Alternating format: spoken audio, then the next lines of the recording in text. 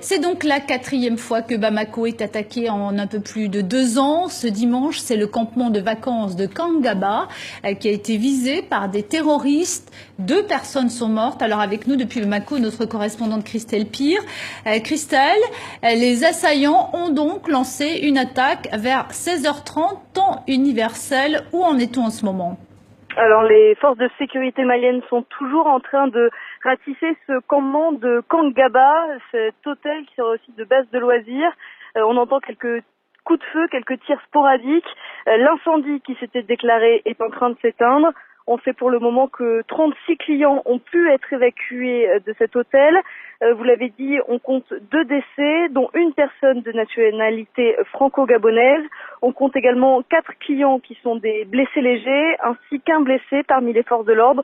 La question aujourd'hui, pour le moment, c'est de savoir s'il y a encore des clients à l'intérieur, car le site est très vaste. Cela prend du temps à voir toutes les chambres, tous les endroits. Il peut encore y avoir des clients cachés, voire des clients blessés. Les forces de l'ordre donc sont toujours à l'œuvre.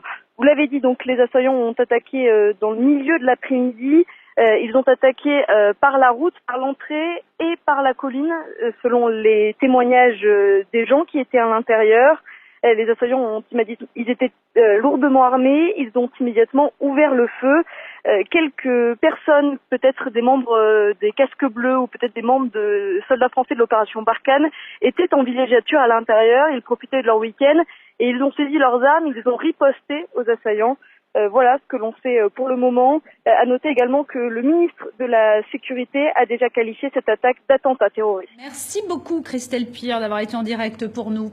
Et on reste au Mali. Salif Traoré, le ministre de la Sécurité, comme vous le disiez Christelle, eh bien s'est rendu sur place, on l'écoute.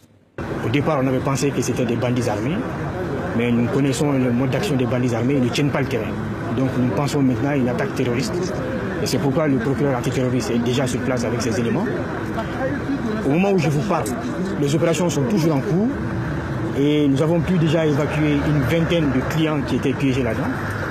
Et malheureusement, au moment où je vous parle, nous déplorons au moins 2 décédés, parce qu'une première victime qui avait été évacuée est décédée. Et nos éléments nous ont rendu compte qu'ils ont découvert un corps sur place. Et avec nous sur le plateau pour donc analyser ce qui se passe au Mali aujourd'hui, Ousmane Diaye, vous êtes rédacteur en chef Afrique. Alors Ousmane, Kangaba, c'est pas un hasard. Non, pas du tout, c'est pas un hasard. Kangaba, ce campement à quelques encablures de Bamako, la capitale, est le lieu de villégiature des Bamakois et des étrangers. En atteignant Kangaba, les terroristes démontrent qu'ils peuvent frapper un lieu qui est censé être hautement surveillé. Kangaba était un lieu sensible.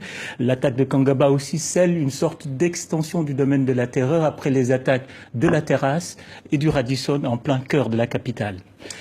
4 ans et demi après l'intervention française qui a donc délogé les djihadistes du nord du Mali, on a le sentiment que finalement ce pays peine à se relever.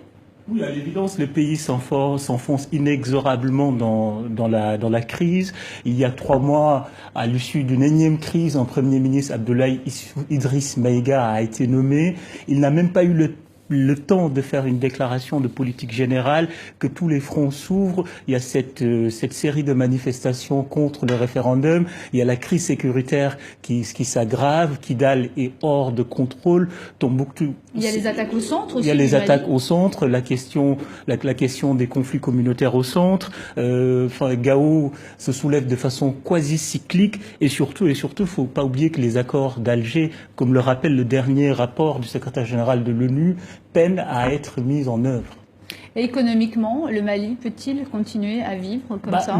Pour le tourisme, il faut savoir que Kangaba avec Selingué, c'était l'une des dernières stations touristiques à marcher. Et là, j'ai peur que le sort de ce dernier campement soit définitivement scellé et que le tourisme ne repartira pas de sitôt. Merci beaucoup Ousmane Diaye pour votre analyse.